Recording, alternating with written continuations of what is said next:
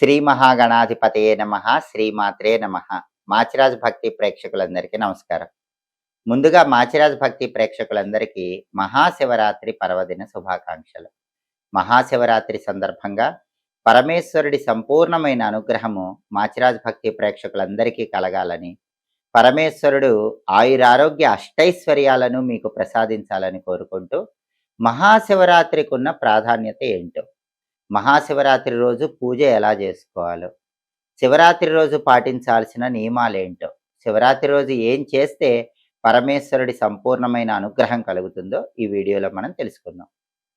మహాశివరాత్రికి ఉన్న ప్రాధాన్యత ఏంటంటే, శివరాత్రి రోజు అర్ధరాత్రి సమయంలో పరమేశ్వరుడు ఒక అగ్నిలింగంలాగా బ్రహ్మదేవుడు విష్ణుమూర్తి ఇద్దరి మధ్యలో ఆవిర్భవించాడు. దీనిలో ఉన్న అర్థం ఏంటంటే, శివరాత్రి అర్ధరాత్రి సమయంలో అంటే చీకటిగా ఉన్న సమయంలో పరమేశ్వరుడు అగ్నిలింగంలాగా అంటే ఒక వెలుతురు ఉన్న లింగంలాగా ఆవిర్భవించాడు. శరీరం చీకటి, లోపల ఉన్న ఆత్మ వెలుగు. కాబట్టి శివరాత్రి రోజు శివుడు లింగ రూపంలో అవతరించడంలో ఉన్న అద్భుతమైన సందేశం ఏంటంటే, శరీరం అనే చీకటిలో ఆత్మ అనే వెలుతుర్ని అందరూ దర్శించండి, ఆత్మే సాక్షాత్తు భగవత్ స్వరూపమన్న సత్యాన్ని తెలుసుకోమని శివుడు మనందరికీ సందేశం ఇస్తున్నాడు. అందుకే మహాశివరాత్రి అంటేనే అందరూ కూడా ఇంట్లో దీపం పెట్టాక జ్వాలాయ నమః, జ్వలలింగాయ నమః, ఆత్మాయ నమః, ఆత్మలింగాయ నమః, పరమాయ నమః, పరమలింగాయ నమః, ఈ 3 మంత్రాలు తప్పకుండా చదువుకోవాలి. అవి చదువుకుంటే శివానుగ్రహం వల్ల ఆత్మ సాక్షాత్కారం వైపు అడుగులు వేయవచ్చు. శివుడు తొందరగా అనుగ్రహిస్తాడు. అలాగే మహాశివరాత్రి రోజు అందరూ కూడా తప్పకుండా కొన్ని నియమాలు పాటించాలి. మొట్టమొదటి నియమం ఏంటంటే, సూర్యోదయానికి ముందే లేచి శిరస్నానాన్ని ఆచరించాలి. ఆ తర్వాత రెండో నియమం, శివరాత్రి రోజు కోపం తెచ్చుకోకూడదు, శాంతంగా ఉండాలి. మూడో నియమం, శివరాత్రి రోజు ఎవరితో మాట్లాడినా శివా శివ అని పిలవాలి. పురుషులైనా స్త్రీలైనా శివా శివ అనాలి. భర్త భార్యతో కానీ భార్య భర్తతో కానీ శివా శివ అంటూ పిలవాలి. నాలుగో నియమం ఏంటంటే, శివరాత్రి రోజు గురువును పూజించాలి, గురువు గారి పాదాలకు నమస్కారం చేయాలి. ఎందుకంటే శివపురాణంలో షడ్లింగ అర్చన అని చెప్పారు. 6 రకాలైన లింగాల గురించి చెప్పారు. వాటిలో అకారలింగం అని ఒక లింగం చెప్పారు. అకారలింగం అంటే సాక్షాత్తు గురువు గారి శరీరమే అని శివపురాణం విద్యేశ్వర సంహితలో చెప్పారు. కాబట్టి శివరాత్రి రోజు ఎవరైనా గురువు పాదాలకు నమస్కారం చేసినా, గురువుకి పండ్లు సమర్పించినా సాక్షాత్తు శివుడికి నమస్కారం చేసి శివుడికి పండ్లు సమర్పించినట్లు అవుతుంది, శివానుగ్రహం కలుగుతుంది. అలాగే శివరాత్రి రోజు తప్పకుండా భస్మధారణ చెయ్యాలి. భస్మాన్ని కూడా ఎలా ధరించాలంటే, శివపురాణం విద్యేశ్వర సంహిత ప్రకారం పురుషులైతే తడి విభూతిని ధరించాలి, స్త్రీలైతే పొడి విభూతిని ధరించాలి. విభూతిని మోకాళ్లకు పై భాగంలో మాత్రమే గృహస్థులు ధరించాలని శివపురాణంలో చెప్పారు. కాబట్టి అందరూ కూడా శివరాత్రి రోజు నుదుటి భాగంలో, వక్షస్థలం దగ్గర, భుజాలకి, నాభి ప్రాంతంలో విభూతిని ధారణ చెయ్యండి. దానివల్ల శివానుగ్రహం కలుగుతుంది. అలాగే శివరాత్రి రోజు అందరూ తప్పకుండా తెలుపు రంగు వస్త్రాలు ధరించండి. ఎందుకంటే పరమేశ్వరుడు గౌరవర్ణంలో ఉంటాడు, తెలుపు రంగులో ప్రకాశిస్తూ ఉంటాడు. కాబట్టి తెల్లటి వస్త్రాలు ధరించటం, తెల్లటి పుష్పాలతో శివుడిని పూజ చేయటం ద్వారా శివుడు తొందరగా అనుగ్రహిస్తాడు. నైవేద్యం కూడా శివుడికి తెల్లటివి సమర్పిస్తే ఆయన తొందరగా అనుగ్రహిస్తాడు. అందుకే శివరాత్రి రోజు కొబ్బరి శివుడికి నైవేద్యంగా సమర్పించడం, లేదా కొబ్బరన్న నైవేద్యంగా సమర్పించడం ద్వారా, పాయసాన్నం సమర్పించడం ద్వారా శివుడు తొందరగా అనుగ్రహిస్తాడు. అలాగే శివరాత్రి రోజు అసలు శివుణ్ణి ఎలా పూజించాలి? అన్నిటికంటే గొప్ప శివ పూజ ఏంటి అంటే, శివపురాణం ప్రకారం పార్థివలింగ పూజ చాలా గొప్పది. పార్థివలింగ పూజ అంటే మట్టితో చేసిన శివలింగాన్ని పూజిస్తే చాలా మంచిది. మట్టిలో కొద్దిగా ఆవు పేడ కలిపి చేసిన శివలింగం అయితే ఇంకా మంచిది. అలా వీలు కాకపోతే పార్థివ శివలింగం, మట్టి శివలింగానికి పూజ కానీ అభిషేకం కానీ చేసి పూజ పూర్తయిపోయిన తర్వాత మర్నాడు కానీ లేదా ఆ మర్నాడు కానీ ఎప్పుడైనా సరే మీకు వీలైనప్పుడు దాన్ని నదిలో నిమజ్జనం చేయాలి, లేదా ఎక్కడైనా మొక్కల్లో వదిలిపెట్టాలి.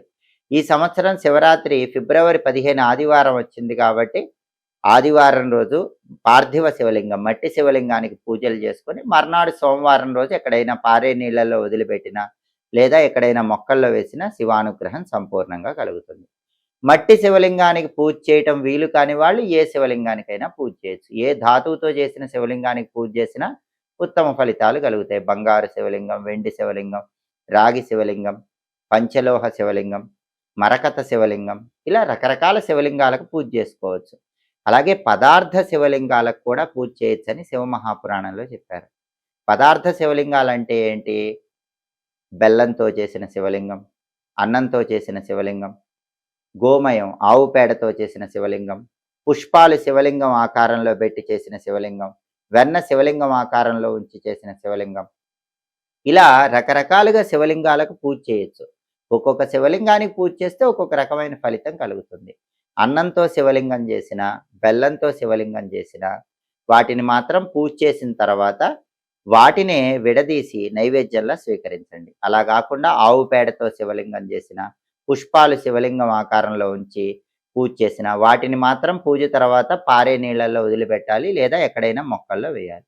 ఒక్కొక్క పదార్థ శివలింగానికి పూజ చేస్తే ఒక్కొక్క రకమైన ఫలితం కలుగుతుందని శివమహాపురాణం విద్యేశ్వర సంహితలో చెప్పారు.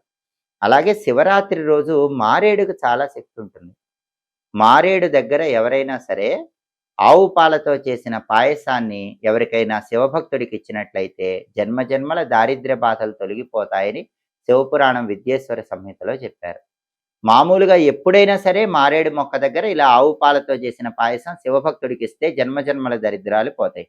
అందులోనూ శివరాత్రి రోజు అలా ఇస్తే కొన్ని వందల జన్మల దారిద్ర్య బాధలన్నీ తొలగిపోతాయి. కాబట్టి మారేడు మొక్క దగ్గర ఈ విధి విధానం చేయండి. మారేడు దగ్గర ఆవు నెయ్యి దీపం పెడితే శరీరం విడిచిపెట్టిన తర్వాత కైలాసం సిద్ధిస్తుంది. గంధము, పుష్పాలు, అక్షింతలు వేసి ఆవు నెయ్యి దీపం మారేడు మొక్క దగ్గర పెట్టి ప్రదక్షిణలు చేస్తే చాలా మంచిది. కాబట్టి మారేడుకు శివరాత్రి రోజు ప్రాధాన్యత ఉంది, భస్మధారణకు ప్రాధాన్యత ఉంది.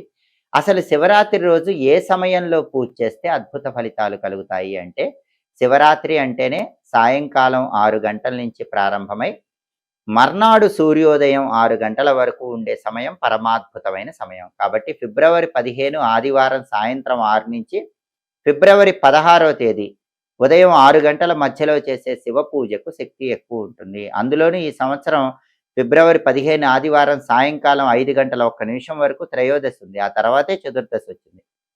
కాబట్టి సాయంకాలం నుంచి ప్రారంభించి చేసే పూజ చాలా శక్తివంతమైంది. సాయంకాలం అందరూ ఏం చేయాలి? నల్ల నువ్వుల పిండి శరీరానికి రాసుకొని అభ్యంగన స్నానం చేయాలి. ఆ తర్వాత అందరూ విభూతి ధారణ చేసి శివ పూజ ప్రారంభించుకోవాలి. అన్నిటికంటే గొప్ప సమయం అర్ధరాత్రి 12 గంటలకి లింగోద్భవ సమయం. శివుడు లింగ రూపంలో అర్ధరాత్రి పూట వచ్చాడు కాబట్టి ఫిబ్రవరి 15 ఆదివారం అర్ధరాత్రి 12 గంటల నుంచి 12 గంటల 40 నిమిషాల మధ్య ప్రాంతంలో ఆ 40 నిమిషాలకు శక్తి ఎక్కువ ఉంటుంది. ఆ సమయంలో మీరు ఏ ద్రవ్యంతో అభిషేకం చేసినా, ఏ పుష్పాలతో పూజ చేసినా, ఏ నైవేద్యం సమర్పించినా శివుడు తొందరగా అనుగ్రహిస్తాడు. కాబట్టి ఆ సమయంలో చేసే పూజ ఇంకా శక్తివంతం. కాబట్టి శివరాత్రి రోజు ఎవరైనా సాయంకాలం నుంచి చేసే పూజలు ఎక్కువ ఫలితాన్ని ఇస్తాయి. అందులోనూ అర్ధరాత్రి లింగోద్భవ సమయం ఎక్కువ ఫలితాన్ని ఇస్తుంది. కాబట్టి అర్ధరాత్రి 12 గంటల నుంచి 12:40 మధ్య ప్రాంతంలో ఎవరైనా సరే శివుడికి మీ ఇంట్లో అభిషేకం కానీ పూజ కానీ చేసుకోండి. నమక చమకాలు క్యాసెట్ పెట్టుకొని అభిషేకం చేసుకోండి. నమక చమకాలు చదవగలిగితే చాలా మంచిది. అవేవి చేయలేని వాళ్ళు శివాయ గురవే నమః అనుకుంటూ పూజ చేసుకోండి, అభిషేకం చేసుకోండి. నమశివాయ పంచాక్షరి మంత్రం చదువుకుంటూ అభిషేకం చేసుకోండి. ఇలా చేసిన శివానుగ్రహానికి ప్రతి ఒక్కరూ సులభంగా పాత్రలు కావచ్చు. మహాశివరాత్రి సందర్భంగా మాచిరాజు భక్తి ఛానల్ ప్రేక్షకులందరికీ పరమేశ్వరుడి సంపూర్ణమైన అనుగ్రహం కలగాలని కోరుకుంటూ, ఎప్పటికప్పుడు పండుగల సందర్భంగా ఆసక్తికరమైన విశేషాంశాలు తెలుసుకోవాలంటే మాచిరాజు భక్తి ఛానల్ తప్పకుండా చూడండి. మా వీడియోస్ మీకు నచ్చినట్లయితే మా ఛానల్ లైక్ చేయండి, కామెంట్ చేయండి. మా ఛానల్ వీడియోస్ 10 మంది మిత్రులకు షేర్ చేయండి. మా ఛానల్ సబ్స్క్రైబ్ చేసుకోండి. పక్కనున్న బెల్ సింబల్ నొక్కటం మాత్రం మర్చిపోకండి. సర్వే జనాః సుఖినో భవంతు. స్వస్తి.